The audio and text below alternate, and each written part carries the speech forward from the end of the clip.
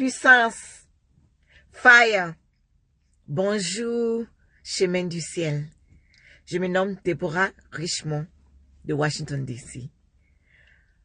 Je donne ce témoignage ce matin pour dire merci au Dieu de Papa Florent pour tout ce qu'il a pu faire pour moi. Et quand je serai à Abidjan, je donnerai plus ce témoignage. C'était pour lui dire merci. Je traversais des moments difficiles en 2015. J'ai été arrêtée en 2015. J'étais injustement accusée par une de mes collègues. Je suis nurse, je suis infirmière, comme on dit en français. Je travaille avec les gens de cancer. Ceux qui ont le cancer, qui décident de ne plus faire le traitement, qui pensent que ça ne laissait plus, ils veulent mourir normalement sans traitement. Nous, on les suit de près, on s'occupe d'eux et qui décident d'aller à la maison, de l'hôpital, qui décident d'aller à la maison. Nous, on reste avec eux pour les entretenir, et puis comme jusqu'à ce que Dieu les emporte. Ou ils sont dans un sommeil profond et qui partent auprès de Dieu. Et j'étais là, bon, la sœur, j'ai connu Papa Florent par l'intermédiaire d'une amie qui est en Italie, Sharon Prisca, qui m'a parlé de Papa Florent. Bon, je lui ai une fois balancé son culte du samedi. J'ai regardé, j'ai dit, mais je l'ai appelé, mais c'est un céleste. Pourquoi tu m'amènes les trucs de céleste? Elle m'a dit, non, il n'est pas céleste. Et qu'il faut regarder. J'ai dit, non, moi, je n'ai pas envie d'avoir des problèmes de céleste. Elle dit, non. Il dit, ok, je lui ai dit, non. J'ai pris déjà avec quelqu'un. Je vais continuer à prier avec cet homme de Dieu. Et elles me connaissent. Tout le monde me connaît à Washington, D.C. Quand il s'agit de Dieu, je prends soin des hommes de Dieu qui viennent de la Côte d'Ivoire aux États-Unis, des États-Unis en Côte d'Ivoire. Je les suis de près, je sème dans les écrits, je fais plein. Mais quand j'ai eu ce problème, j'ai été abandonné par tout le monde. Je n'avais pas quelqu'un. Bon, je vais expliquer un peu l'histoire. Juste un peu, et puis vers la fin, je finirai.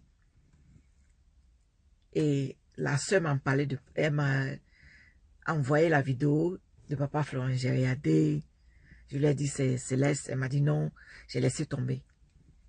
Et quand j'ai continué mon procès jusqu'en 2016, et j'ai prié, c'est bien passé, j'ai eu le procès. Mais le problème finissait, il y a un procès, mais il y avait encore toujours des problèmes. Et au mois de mai-juin, elle m'a en parlé, elle m'a dit encore, j'ai dit ok, amène-moi, et puis elle m'a balancé le site. J'ai mis la vidéo, j'étais en train de regarder sur YouTube. C'est comme on m'a donné quelque chose. Je me sentais bizarre, comme je voulais m'endormir. Je lutte pour regarder la vidéo, mais quelque chose me dit, j'essaie de m'endormir. Et je me suis couchée. Et la vidéo continue de jouer. Et je me suis retrouvée en Côte d'Ivoire, dans mon songe, avec ma soeur. Et c'est comme elle est venue chez l'homme de Dieu. Et quand nous sommes arrivés, on a dit que non, il ne recevait plus. Et qu'il n'avait plus... Il a fini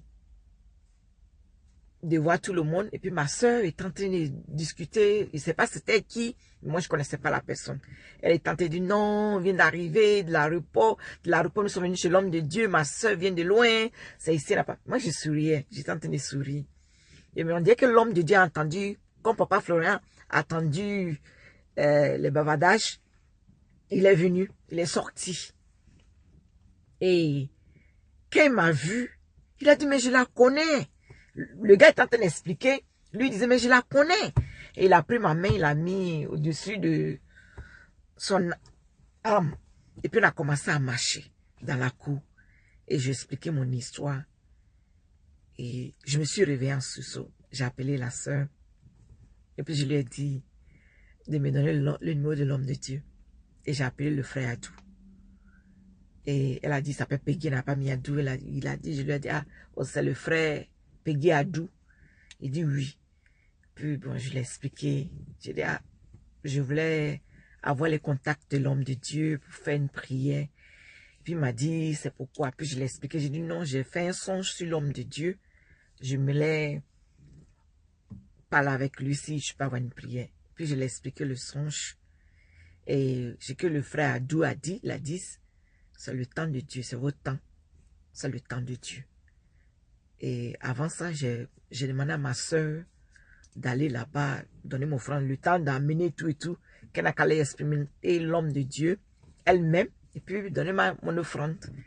Et ils m'ont programmé, ma soeur allait, ils m'ont programmé, elle a dit, c'est bien, elle a regardé tous les jours, elle regarde sur YouTube, moi je regarde tous les jours sur YouTube. Et je suis allée, ils m'ont programmé pour la prière. Ils m'ont programmé pour la prière, j'ai fini la prière, 2 jours après, mon travail m'appelle, parce que m'appelle me dit, ma licence a été retirée, je ne peux plus travailler. Je dis, mais je vois les témoignages de gens sur YouTube, quand ils sortent de la maison de l'homme de Dieu, tout marche, 2 ou 3 jours, quelque temps, mais moi, la prière, 2 ou 3 jours après la prière, tout a été chamboulé. Et j'ai appelé le frère Adou. J'ai dit, frère Adou, je viens de faire la prière, avant tu as prié. Aujourd'hui, voilà mon travail qui m'amène une lettre en disant que ma licence a été retirée, je ne pourrai plus travailler. J'ai 10 jours pour entrer en possession de ma licence et que je ne pourrai plus travailler. Je ne vais pas trop rentrer dans les détails. Quand je serai bien, je vais donner tous les détails. Et je suis rentré et il m'a dit, continue de prier. Je prie, je prie, je prie, je prie. Les 10 jours sont arrivés. Mon travail m'a amené un papier pour dire que oui, vraiment, malheureusement, comme tu n'as pas pu renouveler ta licence, tu ne pourras plus travailler pour la compagnie. Au fond, j'attends ma compagnie pour me ramener à Washington, D.C. Et actuellement, je me suis retrouvé sans travail. Je n'ai plus de travail. Je n'ai plus rien. Et j'avais la pression de mon mari qui dit rentre à Washington, rentre à Washington, rentre à Washington. Je ne pouvais pas rentrer parce que je voulais lutter pour avoir ma licence avant de partir. Parce que moi, si je retourne, j'ai du travail. Je n'ai pas pu le faire. Et j'ai vu l'avocat. Il dit non, rentre. Le jour qu'ils vont me donner un procès, tu vas venir ici pour qu'on suive ça. Je suis rentré. Et quand je suis rentré ici, je continue de faire tout ce que m'a dit de le faire. Je continue la prière. Je prie beaucoup. Mais je suis devenue très sensible. Pour rien du tout, je pleure. Et puis je suis beaucoup nerveuse. 1, 2, 3, je suis nervée. Et ils ont dit, ça va pas. L'événement avait dit la colère. Et mon mari me mettait la pression. Je n'ai pas de travail. J'ai les factures, j'ai les billes à payer, les assurances de ma... J'ai presque tout. Aujourd'hui, je n'ai plus rien. Il faut que je passe demander de l'aide. Et mon mari ne me parlait plus dans la maison. Il me boudait. Rien ne marchait. Je continue de prier. J'ai prié, j'ai prié. Mon mari a quitté la maison. Il continue de prier. Mais dans tout ça, quand je faisais le lait, je faisais pour lui aussi, mais je ne lui disais pas que c'est telle chose. Je voulais voir qui est contre moi. Je lui disais que ça, c'est pour t'aider. Comme il avait un problème de cholestérol, je suis nurse. Je lui ai dit que ça là, sa tête, ça va diminuer tes cholestérol. Mon mari fait, il prend tous les soirs, avant de partir, je mettais sang de jus sur mes lèvres, comme je lui donne la bise. Il allait recevoir un peu, puis il frotte après sur ses lèvres. Je mettais même sang de jus sur mes soucis, partout, même mon poum-pampou, je mettais sang de Jésus là-bas. Mais mon mari devenait plus agressif. Il se fâche, il m'énerve, nous venons dans la maison. Mon mari a déménagé de la maison, m'avait quitté. Mais je continuais de prier. Je n'avais pas de travail. Mais j'avais quelqu'un que je travaillais ici. Mais comme il connaît que j'étais quelqu'un de bien, il m'a dit, je vais te donner quelque chose, mais ce n'est pas quelque chose de grand. Jusqu'à ce que tu rentres en possession de ta licence. Comme c'est à Washington, j'ai fait mes études. C'est à Washington, j'ai tout fait. Je suis venu à Washington. J'ai demandé à renouveler ma licence. J'ai fait la prière, j'ai fait la demande, j'ai prié. J'ai touché avec le sang de Jésus sur les papiers. Au lieu d'expédier, je ne l'ai pas expédié. Je me suis rendu au bureau pour qu'on m'enregistre directement sur le net que je suis venue là pour déposer mes papiers. Et la dame a dit en 3 jours, il faut essayer de réagir sur le net. Ça serait là. 3 jours arrivés, je compte les jours, je regarde, il n'y a rien. Je regarde vendredi, il n'y a rien. Lundi, rien. J'appelle. Elle me dit, non, normalement, ta licence devait être renouvelée. Rien. Alors, le mardi, j'étais dans ma voiture en train de prier, je les ai appelés. Et là, elle regarde et me dit, ta licence a été renouvelée pour 90 jours, pour 3 mois. Mais comme ton anniversaire arrive d'ici en février, parce que les licences ici, c'est souvent la date d'expiration, on met toujours sur ta date d'anniversaire. Et comme mon anniversaire c'est en février, ils ont dit non, qu'ils vont le faire, mais de renouveler avant février. Elle dit, si tu veux pas que ça s'expire encore, fais en janvier.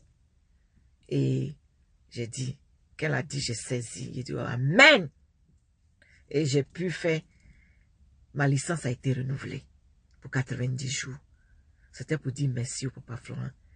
Et que j'ai un chant qui dit en ghanéen, le Dieu de papa Florent.